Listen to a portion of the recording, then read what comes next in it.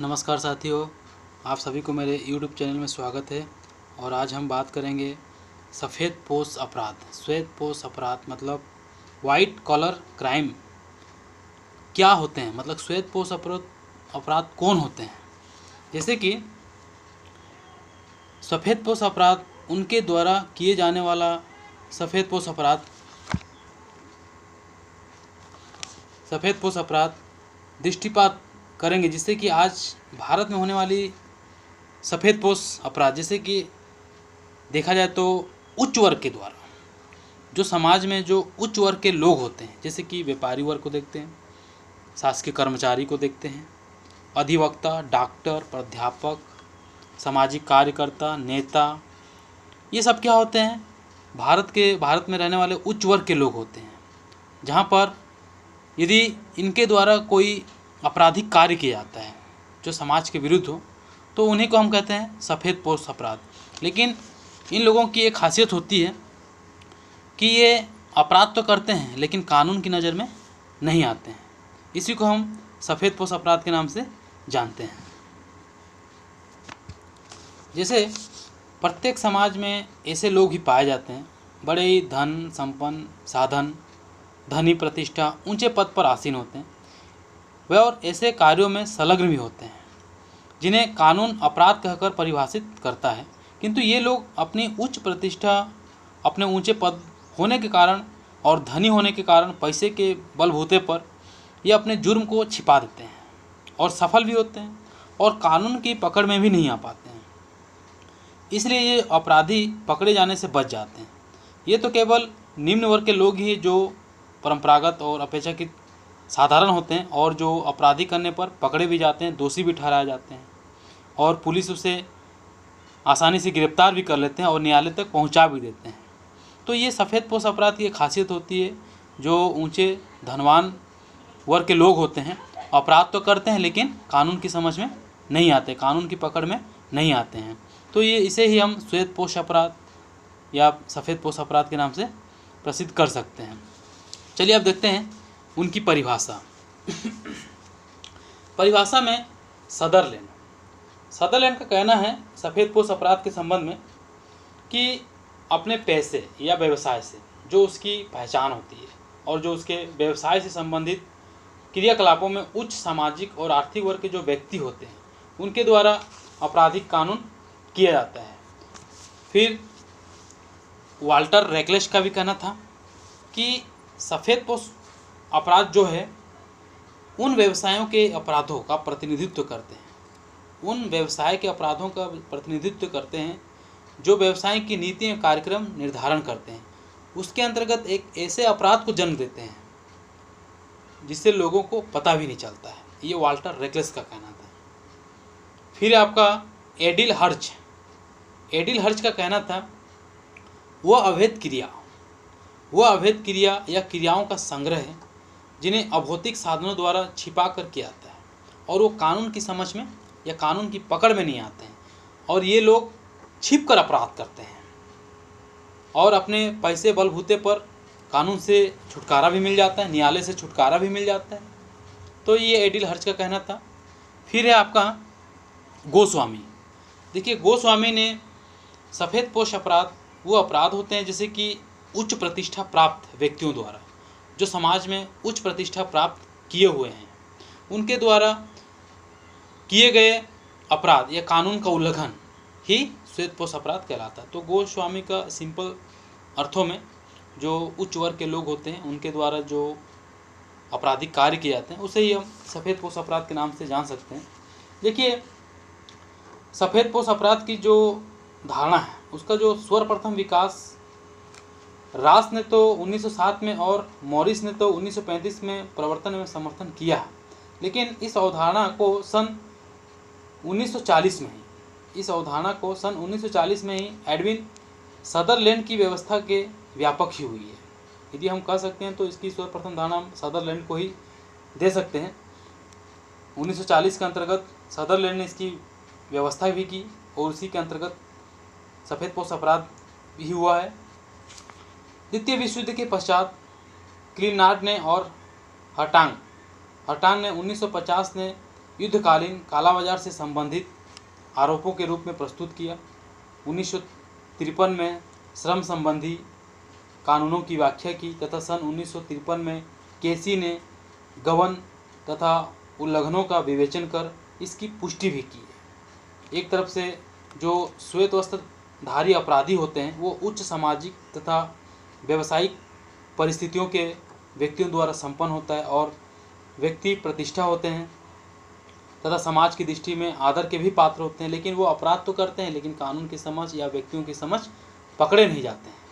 तो इसे ही श्वेतपोश अपराध और इसकी जो विकास धारणा और इसका जो सर्वप्रथम विकास रास ने 1907 में और मेरिस ने सन 1935 में प्रवर्तन एवं समर्थन किया, परंतु यह अवधारणा सन 1940 में एडविन एच सदरलैंड की व्यवस्था के उपरांत व्यापक हुआ। अब देखते हैं हम अपराध, श्वेतपोश अपराध के लक्षण। ठीक है, श्वेतपोश अपराध की क्या क्या लक्षण थे, क्या क्या उनकी विशेषताएं थी, इस चीज़ को देखेंगे। जैसे कि ये जो अपराध होता है, पहला हो गया, ये जो अपराध होता है उच्च श्रेणी के सदस्यों द्वारा किया जाता है। इनका सम्मानित अथवा प्रतिष्ठित स्थान होता है। ऐसे लोग जो है ना प्राय उच्च सरकारी सार्वजनिक पदों पर कार्यरत हैं। ऐसे लोगों के द्वारा किया गया अपराध श्वेतपोश अपराध के अंतर्गत भी आते हैं। दूसरा हो गया, ये अपराध अपने व्यवसाय के दौरान किए जाते हैं, इनमें कानून का उल्लंघन भी किया जाता है। तीसरा हो गया, ये जो अपराध होता है देश या समाज का नेतृत्व करने वाला होते हैं, लेकिन उनके द्वारा अपराध तो किए जाते हैं लेकिन इसमें जनता को या फिर कानून न्यायालय को पता ही नहीं चलता है। चौथा हो गया, ये जो अपराध होता है बौद्धिक चातुर्य वाले, मतलब कि बहुत ही दिमाग से कार्य करते हैं, बहुत ही दिमाग से अपराध कार्य को करते हैं और अपराध को छुपाने में भी सफल हो जाते हैं। पांचवा हो गया, इन अपराधियों के द्वारा प्रशिक्षण तथा समय समय पर या दिन प्रतिदिन नई नई विधियों से कानून का उल्लंघन किया जाता है। ऐसे अपराधी क्या करते हैं, समय समय पर या दिन प्रतिदिन अपराध करते हैं, कानून का उल्लंघन भी करते हैं, लेकिन वो अपने पैसे और अपने परिस्थिति के आधार पर किसी के समझ या किसी के पकड़ाव में नहीं आते हैं। छठवां हो गया, ये जो अपराधी होते हैं बड़े क्षेत्र में फैले होते हैं। ये जो अपराधी होते हैं बड़े क्षेत्र में फैले होते हैं और उनकी जो संख्या होती है ना बहुत ही मिला जुला रूप में होता है। ये लोग की पॉलिटिकल अप्रोच होता है, पकड़ होती है, पहुंच होती है। यदि बड़े बड़े घरों में यदि छापा पड़ने की होती है तो ये लोग क्या करते हैं, तुरंत फ़ोन लगा देते हैं बड़े बड़े अधिकारियों के पास, तो अपने अपराध को छिपा देते हैं। तो ये हो गया आपके श्वेतपोश अपराध की विशेषताएं, लक्षण। अब हम ये देखते हैं आधुनिक भारत में श्वेतपोश अपराध। ठीक है, आधुनिक भारत में ऐसे किन लोग, कैसे कैसे लोग रहते हैं श्वेतपोश अपराध के अंतर्गत। जैसे कि व्यापारी वर्ग को देखते हैं हम। ठीक है, व्यापारी वर्ग क्या होता है, व्यापारी वर्ग और सफ़ेदपोश अपराध। व्यापारी वर्ग के व्यक्तियों द्वारा अनेक रूपों में सफ़ेदपोश अपराध किए जाते हैं, जैसे कि ठगी, कालाबाजारी, विश्वासघात, झूठा विज्ञापन, कर की चोरी, मिलावट, झूठ, ये सब क्या है व्यापारी वर्ग के अंतर्गत आते हैं। ये लोग भी अपराध करते हैं लेकिन अपराध की दुनिया में बच जाते हैं, अपराध की दुनिया में इनका नाम नहीं आते हैं। फिर हो गया आपका शासकीय कर्मचारी, जो गवर्नमेंट एम्प्लॉय होते हैं, उनके द्वारा भी अपराध किए जाते हैं लेकिन वो कानून की समझ या कानून के पकड़ में नहीं आते हैं। जैसे आज शासकीय कार्यालयों में छोटे से छोटे कर्मचारी से लेकर बड़े से बड़े अधिकारी तक सफ़ेदपोश अपराध तो होते ही हैं। जो जितने ही बड़े पद पर होता है वो उतना ही सफ़ेदपोश अपराध करता है। यहाँ तक कि समाज और कानून के रक्षक पुलिस अधिकारियों द्वारा जघन्य से जघन्य अपराध भी होते हैं। अधिकारियों के अपराधी व्यवहार अर्थात घूस तथा उपहार लेने से भी लोग ठेका ले लेते हैं और उसमें दगाबाजी भी करते हैं। जुआ, वेश्यावृत्ति, सट्टा आदि सब क्या है खुलेआम करते हैं लेकिन वो कानून की पकड़ में नहीं आते हैं। पुलिस अधिकारियों और कर्मचारियों का मासिक घूस बंधा होता है। आयकर तथा बिक्री कर निरीक्षक और अधिकारी छापा मारते हैं तथा घूस लेकर छोड़ देते हैं। इस प्रकार ये सब क्या है शासकीय कर्मचारी अधिकारी होते हैं जो सफ़ेदपोश अपराध को बढ़ावा देते हैं या देखने को भी मिलता है। फिर हो गया अधिवक्ता, अधिवक्ता और सफ़ेदपोश अपराध। अधिवक्ता कौन होता है, एक एडवोकेट को या जो वकालत करते हैं। आज वकीलों द्वारा भी अत्यधिक अपराध किए जाने लगा है। आज के वकील मुकदमे से संबंधित वैधानिक नियमों के प्रति तर्क वितर्क कम करते हैं, दलाली अधिक करते हैं। विशेषतः आयकर और बिक्री कर के वकीलों का यही पेशा होता है कि अधिकारी के नाम पर पैसा लेकर स्वयं हड़प जाना। कुछ वकील ऐसे भी होते हैं जो न्याय खरीदने का कार्य करते हैं, झूठी गवाही दिलवाना, जज के नाम पर घूस लेना, झूठी जमानत दिलवाना, उचित अनुचित तरीके से अपराधियों को कानून के शिकंजे से बाहर करवाने का कार्य भी करते हैं। ये भी सफ़ेद पोश अपराध के अंतर्गत आते हैं। फिर हो गया आपका डॉक्टर और सफ़ेद पोश अपराध। देखिए, भारत देश में या वर्ल्ड में डॉक्टर को भगवान का सम्मान दिया जाता है, क्योंकि भगवान जीवन देता है और ये डॉक्टर भी उसी प्रकार का कार्य भी करता है तथा नवीन जीवन भी देते हैं। आज इस सम्मान और पद प्रतिष्ठा की आड़ में डॉक्टर लोग भी अपराध करने लगे हैं। धन और संपत्ति की लालसा के परिणाम स्वरूप आज अधिकांश डॉक्टर अपना कर्म धर्म आदर्श भूलकर अनैतिक कार्य करने लग गए हैं और अपराध करते हैं। चिकित्सक जो है ना, आज अनेक प्रकार के जघन्य से जघन्य सफ़ेद पोश अपराध भी करते हैं। घूस लेकर ये झूठी रिपोर्ट लिखते हैं, चिकित्सक प्रमाण पत्र देते हैं, 100 परीक्षण में पैसे के बल पर वास्तविकता को छुपा देते हैं, न्यायालय में झूठी गवाही देते हैं। इतना ही नहीं, भ्रूण हत्या तथा गर्भपात भी करते हैं। इससे भी जघन्य अपराध, अत्यधिक धन लेकर सुई लगाकर हत्या भी कर देते हैं। तो ये डॉक्टर के द्वारा किया गया सफ़ेद पोश अपराध होता है। फिर देखते हैं नेता लोग भी बड़े बड़े जुर्म करते हैं, लेकिन वो कानून के पकड़ में नहीं आते हैं। और साधारण से साधारण नेता भी क्या होता है, बड़े बड़े मंत्री विधायक तक अपराधी व्यवहार करते हैं। मंत्री लोग अपने दलालों के द्वारा लोगों के काम घूस लेकर करते हैं। ट्रांसफ़र करना हुआ, किसी को परमिट देना हुआ, किसी को नौकरी देना हुआ, भाई भतीजावाद, घूसखोरी आदि सब नेता करते हैं। तो ये भी सफ़ेद पोश अपराध के अंतर्गत आते हैं।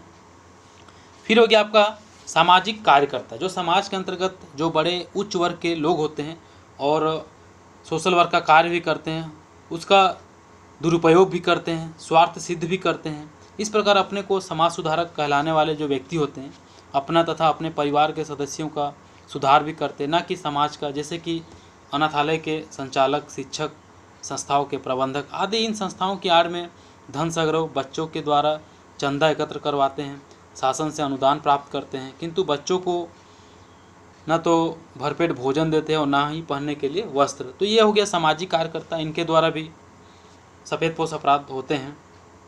प्राध्यापक जो टीचर्स होते हैं, स्कूलों में कॉलेजों में समाज में सम्मान की दृष्टि से देखा जाता है तथा आदरणीय होता है। सभी वर्गों के लोग इनका आदर से और सम्मान करते हैं। पैसा लेकर स्टूडेंट को पास कर देते हैं। तो ये भी एक सफ़ेद पोशी अपराध ही होता है। इनके द्वारा केवल साधारण अपराध ही नहीं, गंभीर से गंभीर अपराध भी किया जाता है। और आज के प्राध्यापकों द्वारा छात्राओं से दुर्व्यवहार, विद्यार्थियों के साथ पक्षपात, परीक्षा में नकल करवाना, पैसा लेकर प्रश्न पत्र बताना, नंबर बढ़ाना, ये सब क्या सफ़ेद पोश अपराध के अंतर्गत आते हैं। फिर है आपका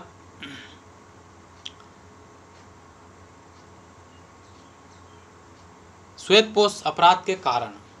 श्वेत पोश अपराध कैसे होता है, किन कारणों से श्वेत पोश अपराध को बढ़ावा मिलता है? जैसे कि उच्च प्रतिष्ठा जो होता है, श्वेत पोश अपराध के कारण में उच्च प्रतिष्ठा का कारण भी महत्वपूर्ण होता है। सदरलैंड का भी यही कहना था कि अपने अध्ययन के आधार पर ये निष्कर्ष निकालना कि जिस समाज में अधिकाधिक वर्ग चेतना या सामाजिक स्थिति की जागरूकता सदस्यों में पाई जाती है, वहाँ पर व्यक्ति निरंतर अपनी वर्ग स्थिति को पुष्ट और अपनी प्रतिष्ठा के आधार पर अपराध करता है और अपराध से बच भी जाता है और तरह तरह की अपनी चेतना का प्रयोग करते रहता है। कैसे सरकार से ठगी करना, कैसे व्यक्तियों से ठगी करना, किस रूप से पैसा कमाना होता है। फिर हो गया आपका सामाजिक विभेदीकरण। ये देखिए, डॉक्टर सत्येंद्र त्रिपाठी ने अपनी पुस्तक विघटन में इस बात का उल्लेख किया था, किसमें, सामाजिक विभेदीकरण का, कि टेफ्ट, हर्टांग आदि विद्वानों का भी कथन था कि श्वेत पोश अपराध विभेदीकरण वाले समाजों में ज़्यादा होते हैं। जिन समाजों में आर्थिक, सामाजिक, सांस्कृतिक विभिन्नताएं सदस्यों में ज़्यादा होती है, वहाँ पर सफ़ेद पोश अपराध ज़्यादा होते हैं। तो विभेदीकरण की भावनाएं भी सफ़ेद पोश अपराध को जन्म देते हैं। फिर हो गया आपका पूंजीवाद। श्वेतपोश अपराध को बढ़ावा में पूंजीवाद का भी महत्वपूर्ण योगदान होता है। ये लोग प्रचार साधनों, समाचार एजेंसियों को भी नियंत्रित करते हैं, अतः गलत ट्रेडमार्क एवं विज्ञापन के साथ नकली वस्तुओं को अधिक मूल्यों पर बेचते हैं। चोर बाजारी, अवैधानिक वस्तु उत्पादन भी करते हैं। तो पूंजीवाद के द्वारा भी श्वेतपोश अपराध को बढ़ावा मिलता है। फिर हो गया आर्थिक असमानता। जिस समाज में असमानताएं अधिकाधिक मात्रा में होती है, वहाँ पर भी श्वेतपोश अपराध अधिकाधिक मात्रा में बढ़ते हैं। जब व्यवसायिक विषमता के फलस्वरूप समाज के जो लोग होते हैं ज़्यादा सुख संपदा में पलते हैं, वे अपने विलासी जीवन को बनाए रखने समाज के संपूर्ण उद्योग, वाणिज्य, व्यापार का नियंत्रण करते हैं और जो निम्न वर्ग के लोगों को आर्थिक दृष्टि से बढ़ने से रोकते हैं। तो ये भी आर्थिक असमानता भी क्या होता है, श्वेतपोश अपराध को बढ़ाने में सहयोग देता है। फिर हो गया आपका भौतिकवादी मनोवृत्तियों में वृद्धि होना। भौतिकवादी मनोवृत्तियों में आज के औद्योगिक समाज के बदलते परिवेश में जहाँ विधान, तकनीकी उपलब्धियाँ, व्यक्ति का जीवन, भौतिक सुख समृद्धि, ऐशो आराम ढक चुकी है, वहाँ व्यक्तियों की उत्तरोत्तर विलासिता, लिप्त रहने की जिज्ञासा एवं मनोभाव भी बढ़ते जा रहे हैं। धन का बढ़ता हुआ महत्व, ये सब प्रक्रियाएं क्या होते हैं, श्वेतपोश अपराध को बढ़ाने में और भी ज़्यादा सहयोग देते हैं। फिर हो गया राजनीतिक कारण। राजनीतिक कारण भी श्वेतपोश अपराध के बहुत बड़ा कारण होता है। बहुत से देशों में राजनीति एवं सरकार में ऐसे राजनीतिक नेता, श्रोता, प्रतिनिधि एवं मंत्री होते हैं जिनका पैसा छिपे तौर पर ऐसे अपराध करना होता है जो गठबंधन, पूंजीपति, अंतर्राष्ट्रीय व्यापारिक समूह से होता है। अतः ऐसे अपराध अधिक होते हैं और कानून की पकड़ में नहीं आते हैं। तो राजनीतिक कारण भी अपराध का, श्वेतपोश अपराध का बहुत बड़ा कारण होता है। कानूनी निष्क्रियता मतलब कि कानून के अंतर्गत जो नियम और मापदंड बना गए हैं उनकी कमी, उनकी निष्क्रियता, जहाँ श्वेतपोश अपराध को बढ़ाने में और सहयोग करते हैं। ये बड़े बड़े लोगों को आसानी से पकड़ लेते हैं, तो ये उनकी निष्क्रियता होती है और जो निम्न वर्ग के लोग होते हैं उन्हें पकड़ भी नहीं पाते हैं। निम्न वर्ग के जो लोग होते हैं उसे पकड़कर न्यायालय में भी ले जाते हैं और उसे सज़ा भी दिला देते हैं। और बड़े बड़े उच्च वर्ग के जो लोग होते हैं ये कानून के पकड़ में भी नहीं आते हैं। कानून उसे अपनी उसकी प्रतिष्ठा को देखते हुए इसे छोड़ देता है, यदि कुछ पैसा लेकर छोड़ देता है। तो ये कानून की निष्क्रियता होती है, जहाँ श्वेतपोश अपराध और भी ज़्यादा बढ़ते हैं। और सामाजिक विघटन भी है। सामाजिक विघटन में भी श्वेतपोश अपराध को बढ़ाने में सामाजिक विघटन का भी महत्वपूर्ण योगदान होता है। ऐसे समाजों में लोग परंपरागतवादियों एवं सांस्कृतिक प्रतिमानों के अनुसार कार्य न करके अपनी इच्छा अनुसार ही कार्य करने लगते हैं, जिसमें नियंत्रित करने वाली संस्थाओं का प्रभाव धीरे धीरे कम होने लगता है। सामाजिक ढांचा टूटने लगता है। ऐसे समाजों में चोर बाजारी, फरेबी, गबन, घूसखोरी, मुनाफाखोरी खूब पनपने लगते हैं। अतः ये एक ऐसा समाज भी इस तरह के अपराधों को जन्म देता है। तो ये हुआ आपका श्वेतपोश अपराध। इस तरह और भी वीडियो देखते रहिएगा और हम इसी तरह से और भी नए नए टॉपिक लेकर आएंगे। धन्यवाद।